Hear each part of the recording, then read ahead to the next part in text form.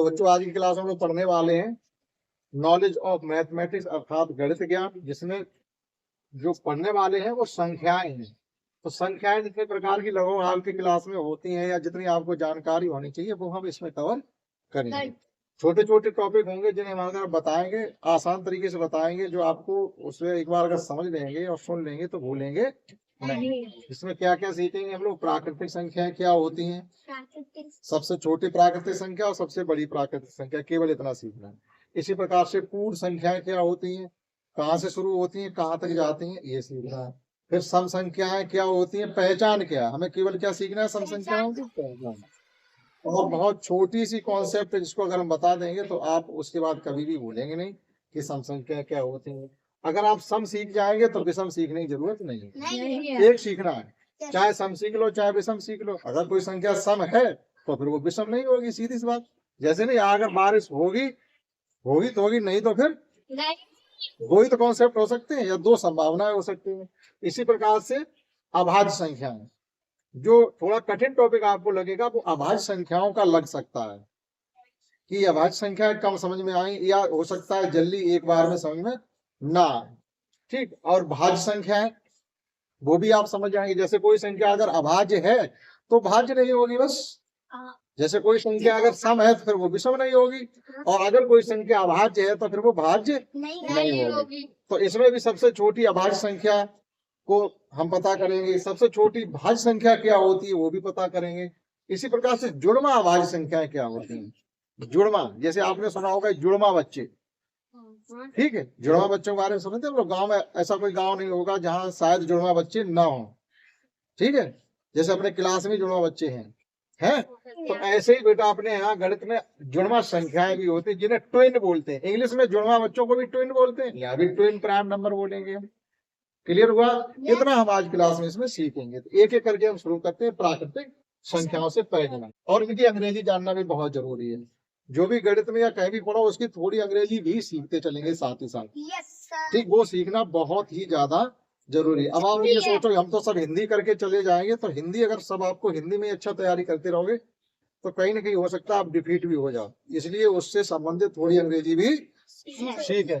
तो प्राकृतिक संख्याओं को इंग्लिश बेटा कहते हैं नेचुरल नंबर, ठीक है, और पूर्ण संख्याओं को कहते हैं होल नंबर, सम संख्याओं को कहते हैं इवन नंबर, विषम संख्याओं को कहते हैं ऑड नंबर, अभाज्य संख्याओं को कहते हैं प्राइम नंबर, और भाज्य संख्याओं को कहते हैं कंपोजिट नंबर, और जुड़वा नंबर कहते हैं ट्विन प्राइम नंबर।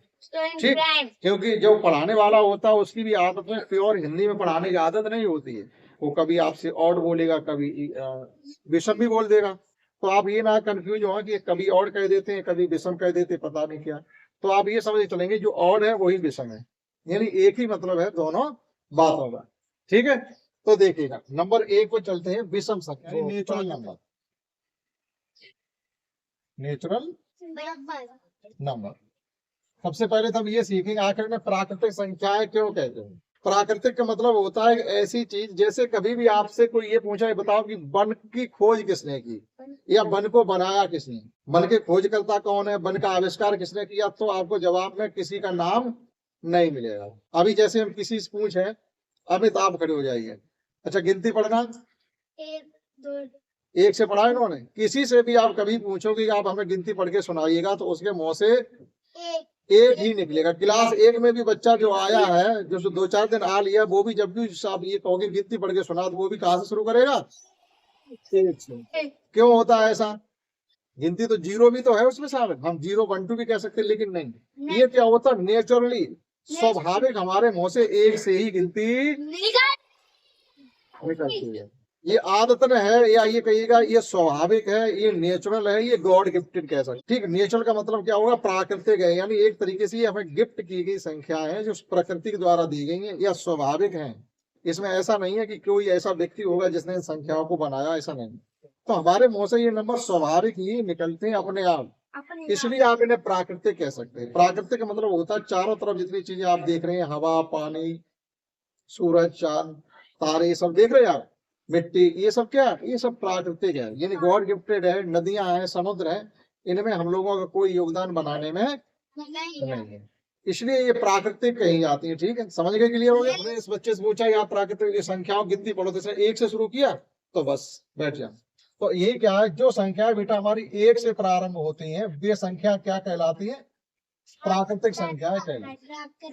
ठीक, जो संख्याएं एक से प्रारंभ होती हुई आगे की तरफ चलती हैं। जब भी आपसे क्या, हम लोग हमेशा जब आप कक्षा एक से पढ़ना शुरू बैठे होंगे, शायद 100-200 बार आपसे 100 तक गिनती लिखवाने के लिए कहा गया होगा। ठीक है, तो वो क्या लिखवाते हैं? वो प्राकृतिक संख्याएं तो आपको लिखवाते हैं। ठीक है, अभी पिछली क्लास में तो हमने 2-2 हजार तक आपको गिनती लिखवाई, लेकिन उनकी स्पेलिंग लिखवा के याद भी कराए। हमने कॉन्सेप्ट बता दी थी कैसे लिखना है, तो जो सीखना चाहते हैं उन बच्चों ने अच्छे से लिख के दिखाया और सीख भी गए। ठीक है, तो देखिएगा ये प्राकृतिक संख्या है, कोई गैप नहीं इनमें।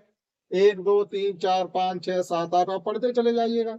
क्या आपने इससे पहले संख्या गिनती नहीं पढ़ी? हजारों बार आपने लिखी होगी प्राकृतिक संख्या। अब केवल यहाँ पर हमें क्या सीखना है? सबसे छोटी प्राकृतिक संख्या क्या होती है, पूछा भी जाता है। जब आप परीक्षा में किसी में बैठोगे जाके, जरूरी नहीं पूछ लिया जाए, लेकिन अक्सर पूछा भी जाता है। तो सबसे छोटी प्राकृतिक संख्या की जब बात करेंगे तो आप क्या बताएंगे बेटा? लेकिन जब कोई आपसे ये कहे सबसे बड़ी प्राकृतिक संख्या बताओ, तो ना तो आप बता सकते हैं और ना पूछने वाला ही बता सकता है। सबसे बड़ी प्राकृतिक संख्या, सबसे बड़ी का मतलब ये हो गया, अगर ये गिनती हम लिखते चले जाए तो क्या कभी खत्म होगी? अब भाई होगी तो होगी, लेकिन मेरी समझ से तो कहीं नहीं, किसी को नहीं मालूम होगी कि सबसे बड़ी संख्या ये है, यहाँ पे जाके गिनती सब खत्म हो जाए। और हो भी अगर कहीं जाती हो तो हमें उतनी दूर जाने की जरूरत है नहीं। हमें तो अभी तक जरूरत नहीं पड़ी, तो हो सकता है तुम्हें भी ना पड़े। लेकिन ये जरूरी है कि हमें ये पता होना चाहिए सबसे छोटी प्राकृतिक संख्या कौन सी होती है। क्लियर हुआ? बहुत ज्यादा इसमें सीखने के लिए नहीं, केवल इतना ही। अब नंबर 2 पर है हमारे पूर्ण संख्या, यानी इनकी इंग्लिश में कहते हैं इनको होल नंबर। क्या कहते हैं बेटा? होल। अब अंतर कितना होता है? बहुत छोटा, थोड़ा सा अंतर है हमारी प्राकृतिक संख्याओं में और पूर्ण संख्याओं में। एक अक्षर का केवल अंतर है, और एक अंक का, अक्षर नहीं कहिएगा, अंक, एक डिजिट का अंतर है, वो इसमें हम केवल और शामिल कर दें तो ये संख्या बेटा पूर्ण संख्या बन जाती है। और कुछ भी हमें बहुत छप्पर नहीं उठाना है, कहीं जाकर के गंगा जल नहीं लाना, कुछ भी नहीं करना है। केवल एक संख्या इसमें जैसे हम जोड़ेंगे वैसी संख्या बन जाएगी पूर्ण संख्या। जैसे नहीं आप कभी मान लीजिए दाल खा रहे हैं अरहर की और उसमें नमक नहीं पड़ा हुआ है, सब चीजें पड़ी हुई हैं, तो आपको अच्छी लगेगी क्या? तो केवल उसमें आपने लिया एक चुटकी नमक डाल लिया, बस आपका काम बन गया, आपको स्वाद आने लगा। तो केवल प्राकृतिक संख्या में थोड़ा एक डिजिट और बढ़ा दो तो वो उनका नाम बदल जाएगा। जैसे हमने क्या किया, 0 1 2 3 4 5, ये डॉट डॉट से मतलब है आगे इसी प्रकार से। अब देखो इसमें उसमें फर्क क्या है बताओ हमें? केवल बेटा 0 का फर्क है। yes! 0 का फर्क होने से वो संख्या प्राकृतिक है और ये संख्या हो गई पूर्ण संख्या, बस इतना फर्क। सबसे छोटी प्राकृतिक संख्या 1 है और सबसे छोटी पूर्ण संख्या कौन सी है? तो इतना सीखना था। सबसे छोटी पूर्ण संख्या, सबसे बड़ी ना तो हमें प्राकृतिक संख्या का पता है ना ही पूर्ण संख्या। सबसे बड़ी तो किसी संख्या को भी आप छोड़ दीजिए, कोई भी यहाँ से यहाँ तक आपसे पूछी जाए सबसे बड़ी क्या है, तो उसकी तो आप बात करें ही ना। ठीक है, तो जब बड़ी की बात करनी नहीं तो कम से कम छोटी की तो करनी पड़ेगी हमें। ठीक है, शुरुआत तो हम कर ही लेते, लेकिन अंत कहाँ होगा इसकी हमें जरूरत है नहीं। क्लियर हो गया पॉइंट?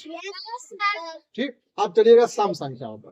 तीसरा पॉइंट है हमारा सम संख्या, जिन्हें इंग्लिश में बेटा कहते हैं इवन नंबर। ठीक है, बहुत ही एक सुंदर सी कॉन्सेप्ट है। इवन नंबर का वैसे ये होता है जो संख्या 2 के पहाड़े से पूरी पूरी कट जाती हैं वे इवन नंबर होते हैं। ये पढ़ाया जाता है, पढ़ा भी होगा आपने। अब 2 के पहाड़े से कट जाने का मतलब अगर आपको बहुत सी संख्या हमने दे दी और ये कहें अब इनमें पता करो इनमें कौन सी संख्या सम है कौन सी सम नहीं है, तो 2 का भाग दे के पता करते रहोगे क्या? नहीं। अगर हम 2 के भाग देने के लिए बैठेंगे तो हमने मान लो बड़ी बड़ी संख्याएं दे दी आपको, 8 8 7 7 डिजिट की संख्याएं दे दी, तो आप 2 का भाग देते रहिए। आप जिसमें पूरा 2 का भाग चला जाएगा शेष पर 0 बचेगा वो सम हो जाएगी, और जिसमें 2 का भाग नहीं जाएगा शेष पर 0 नहीं बचेगा वो संख्या विषम हो जाएगी। केवल ही तो है, लेकिन आपको ये कुछ भी करने की जरूरत नहीं है। कोई कैलकुलेशन नहीं, कोई जोड़ना नहीं, कोई घटाना नहीं, कोई भाग नहीं, कोई गुणा नहीं, केवल 1 सेकंड में संख्या देखेंगे और बता देंगे समय के समय। 1 सेकंड का भी समय लगना नहीं चाहिए। अब कैसे पता करेंगे? जिन संख्याओं के अंत में 0 2 4 6 8 बस कोई भी संख्या लिखी हो कितने भी अंक की हो वो मैटर नहीं करता कि साहब बहुत बड़ी संख्या पूछ ली कैसे बताए, नहीं, बड़ी छोटी समय कोई मतलब ही नहीं। हम केवल जैसे हमने कोई संख्या लिख दी यहाँ पर, लिखते चले जा रहे, खत्म ही नहीं हो रही। ये संख्या लिखी थी। अब आपसे ये पूछा, बताओ ये समय या विषम है? तो हमें इससे नहीं डरना, अरे आपने तो इतनी बड़ी संख्या दे दी, कैसे बताएंगे? नहीं, हम भाग के कहाँ जाएंगे?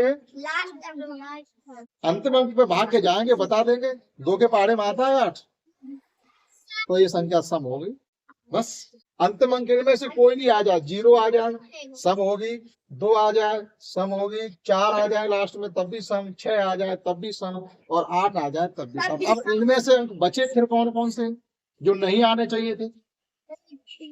कौन से अंक बचे हमारे पास? बचा बेटा 1, 3, 5, 7, 9। अब किसी संख्या के लास्ट में अगर ये अंक आते हैं तो विषम हो गए, या ये संख्या अगर सम नहीं है तो फिर क्या होगा? सीधी सी बात है। तो क्या हमने क्या कहा था अभी थोड़ी देर पहले? हमने कहा था या तो आप सम को सीख लो या विषम को सीख लो, किसी एक पॉइंट को सीख लो, दूसरा सीखने की जरूरत नहीं। अब ये संख्या सम है, अब हम एक संख्या और लिख रहे हैं। अब ये संख्या लिखी हुई है, बताओ ये सम है कि विषम है? भाई यहाँ पर देखो 9 है, क्या 9 2 के पहाड़े में आता? जब 2 के पहाड़े में 9 नहीं आता तो सम तो नहीं है। जब सम नहीं है तो क्या होनी चाहिए? बस। तो हमें अब ये नहीं याद रखना कि जिन संख्याओं के लास्ट में 1, 3, 5, 7, 9 होते हैं वो विषम होती हैं, या जिन संख्याओं के लास्ट में 0, 2, 4, 6, 8 होते हैं वो सम होती है। हमें एक याद करना है, चाहे तो आप ये कॉन्सेप्ट याद कर लो और चाहे आप विषम वाली कॉन्सेप्ट याद कर लो, किसी एक को कर लो। इस आप सम के लिए भी हमने याद कर रखा है, विषम के लिए नहीं।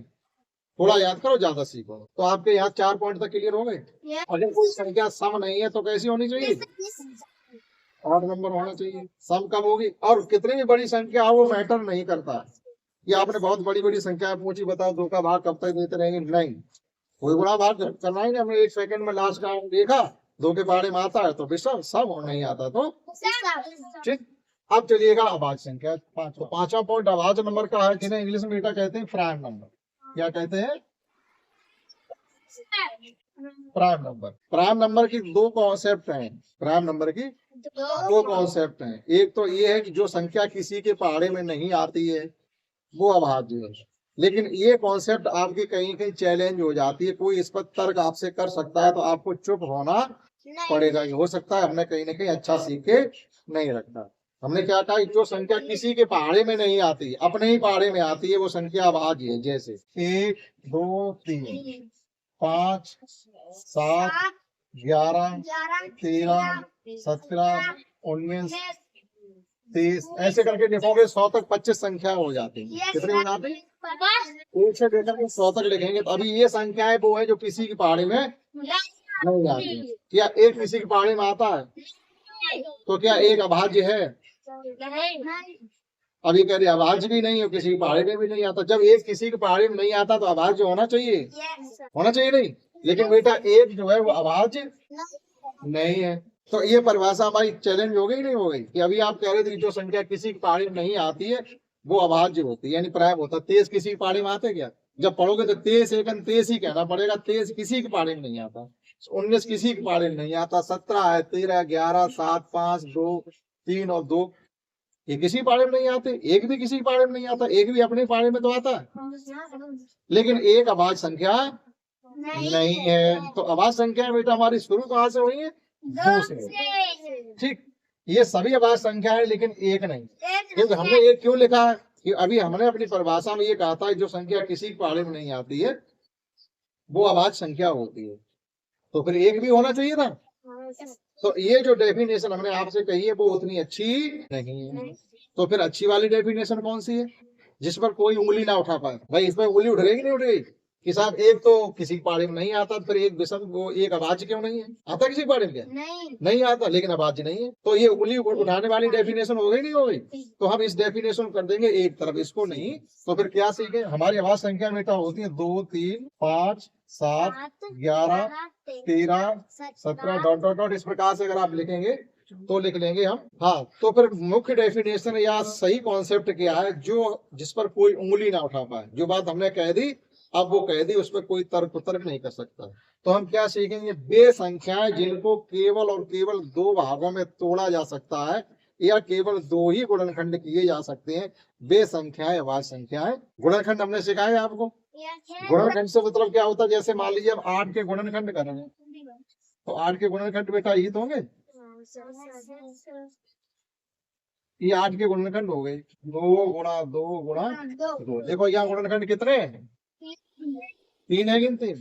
तो ऐसी संख्याएं जिनके केवल और केवल 2 गुणनखंड किए जा सकते हैं, ना 2 से कम ना 2 से ज्यादा, जिनके फिक्स 2 ही है, वे ही अभाज्य संख्याएं होती हैं। जैसे अब करते हैं गुणनखंड। बेटा हमने 2 के गुणनखंड किए, तो 2 के गुणनखंड 1 गुणा 3 के गुणनखंड करो आप 1 गुणा 5 के गुणनखंड आप करो 1 गुणा 7 के करो तो 1 गुणा। इस प्रकार से आप करते चले जाएगा, जिनके इसी तरीके से प्राप्त होंगे वो संख्या अभाज्य होती है। लेकिन जब हम 1 का करना चाहें, 1 गुणा, अब यहाँ क्या लिखें, बताओ यहाँ क्या लिखें, कुछ है लिखने के लिए मेरे पास? जैसे 2 के लिए तो 2 एकम 2। अब 1 के लिए यहाँ क्या लिखें, तो फिर गुणनखंड 2 हो जाए, 1 लिख ही नहीं सकते। 1 के हमें 2 टुकड़े करने ना, जैसे 2 के किए, 3 के किए, 5 के किए, 7 के किए।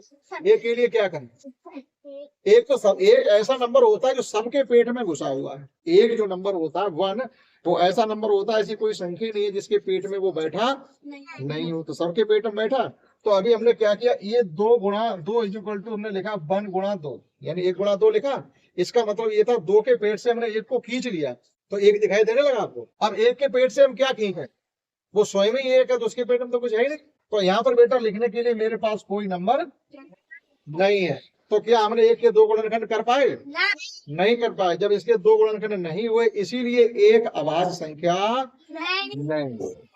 ठीक है, तो ऐसी संख्याएं जिनके केवल और केवल 2 गुणनखंड किए जा सकते हैं, वे ही अभाज्य संख्याएं होती हैं। क्लियर हो गया? ठीक, अब हम सीखेंगे, पहले भाज्य बता दें या जुड़वा बता दें? अभी प्राइम नंबर के बाद आप जुड़वा अभाज्य संख्या सीखें, उसके बाद आपको बताते हैं भाज्य। तो 7वां जो नंबर है वो पहले सीखते। ठीक, तो जुड़वा अभाज्य संख्याओं को सीखने के लिए पहले हम क्या करते हैं, जितनी हमारे प्राइम नंबर है 1 से लेकर 100 तक, कम से कम उतने पूरे लिखते हैं। 100 तक की तो हमें जानकारी होने ही चाहिए। जैसे ये है हमारी जुड़वा, वो प्राइम नंबर है, जुड़वा समझ में ढूंढेंगे, ये प्राइम नंबर है जो हमने आपको 1 और 100 के बीच में लिखेंगे।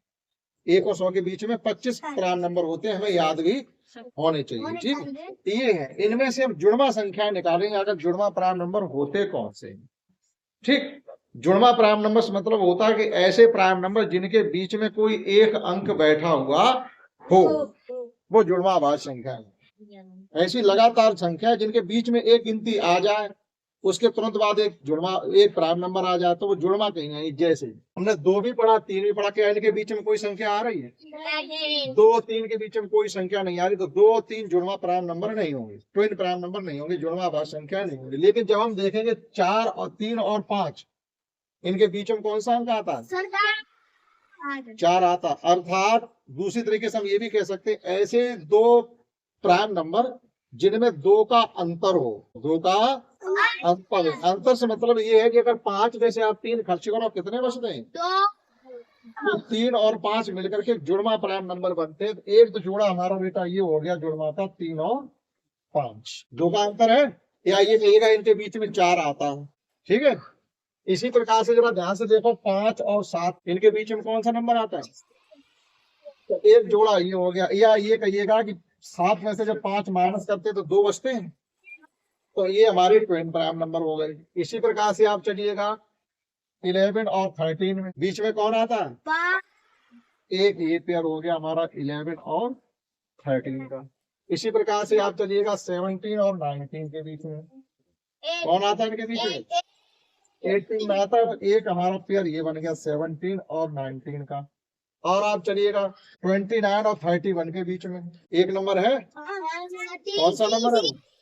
30 है, तो एक पेयर हमारा बेटा ये बन गया 29 और 31, ये भी जुड़वा अभाज्य संख्या होगी। और चलिएगा एक पेयर हमारा ये है 41 और 43 के बीच में कौन सा नंबर आता है?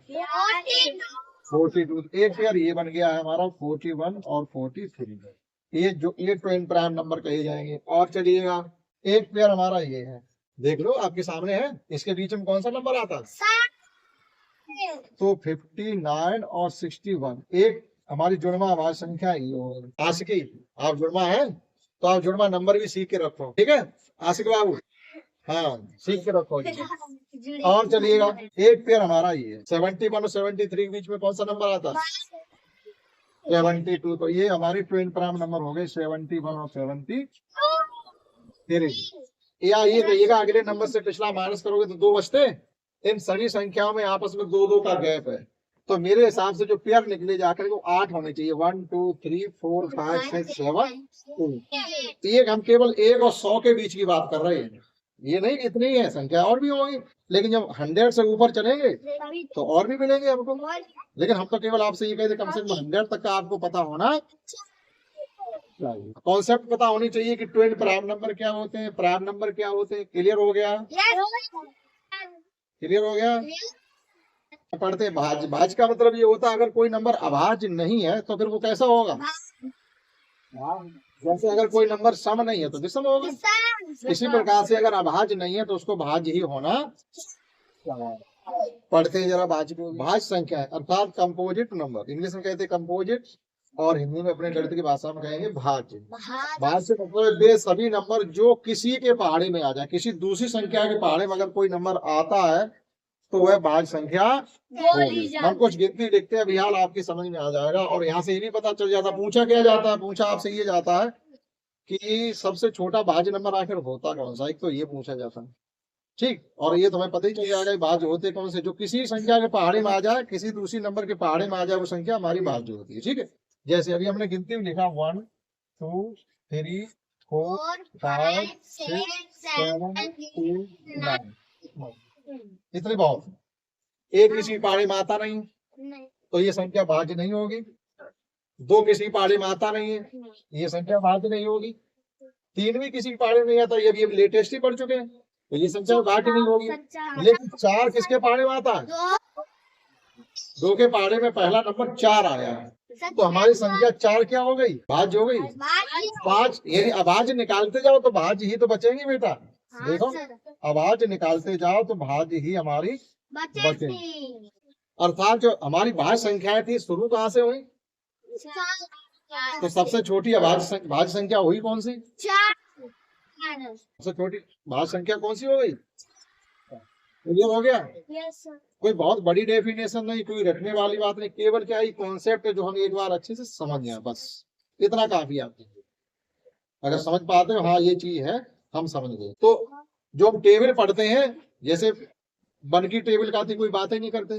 बन को अब तुम जब बन की टेबल में भी तो 4, बन की टेबल में तो 2 भी आ रहा था बेटा। बन की टेबल में तो सभी नंबर आते हैं। यहाँ जो भी बात की जाए बन को छोड़ के की जा रही है, बन को छोड़ते हुए कोई ऐसा नंबर नहीं है जो बन की टेबल में नहीं आता है। ठीक है, तो जो भी हम बात कर रहे हैं वो बन को छोड़ते हुए कर रहे हैं। यहाँ टेबल जो शुरू हो रही बेटा हमारी कब से हो रही? 2 से। जैसे 2 का पहाड़ा पढ़ते 2 एकम 2 2 दूनी 4, तो 4 है 6 है 8, इस प्रकार से जो संख्याएं हैं आपकी वे सब भाज्य संख्याएं हैं। और सबसे छोटी भाज्य संख्या जो होती है वो 4 होती है। या आप ऐसे सीख के रखो, इसकी डेफिनेशन का थोड़ा अपोजिट कर दो। हमने आपको अभाज्य में ये पढ़ाया था जिन संख्याओं के गुणनखंड केवल 2 ही किए जा सकते हैं वे संख्याएं अभाज्य होती हैं। जिनके गुणनखंड 2 से ज्यादा होते हैं, और जेन्युइन कॉन्सेप्ट ये होगी जिन संख्याओं के गुणनखंड 2 से ज्यादा हो। जैसे 4 के गुणनखंड जब हम लिखते हैं तो 4 के गुणनखंड बेटा 1 गुणा 2 गुणा 2, 1 को शामिल करते हुए चलेंगे आप। देखो 3 गुणनखंड हो गए। 6 के गुणनखंड जब हम लिखते हैं 1 गुणा 2 गुणा 3, 2 से ज्यादा हो गए, तो ये संख्या हमारी भाज्य है। क्लियर हो गया? अब इन सबसे हटके एक कॉन्सेप्ट और है। एक नंबर ऐसा भी है, वैसे जितने भी हमारे ये प्राइम नंबर थे वो सब कैसे थे? ऑड थे। अभी जो हमने लिखे थे आपके 3 2 3 5 7 11 13 17 19 23 29 31 इस प्रकार से लिखा था। ये सभी ऑड नंबर ही थे। लेकिन उसमें क्या है जब हम लिखते हैं, देखो ये एक इसमें ऐसा नंबर भी 2 है जो कि हमारा इवन नंबर भी है और अभाज्य भी है। एक 2 ही ऐसा अपवाद है, जितने भी आप अभाज्य संख्याएं लिखें, जितनी भी लिखें सब लिख डालना, जितनी आपकी जानकारी हो, 1000 तक जितनी भी हो, 10,000 तक लिखना चाहो सब लिख लो, लेकिन कोई संख्या आपको इवन नहीं मिलेगी, केवल और 2। और ये पूछा भी जाता है, इम्तिहान कभी आप देंगे बैठ कर तो उसमें पूछा भी जाता है क्या कोई ऐसी संख्या है जो अभाज्य भी है और विषम भी है। वैसे जितनी अभाज्य संख्या होती सब विषम ही होती हैं, लेकिन एक ऐसी संख्या है जो अभाज्य भी है और सम भी है, तो वो कौन है? क्लियर हो गया? तो ये कॉन्सेप्ट जो आपको पढ़ाने वाली थी वो हमने संख्याओं में, संख्या जो चैप्टर है उसमें हमने आपको सिखाया। समझ पाया होगा? ठीक,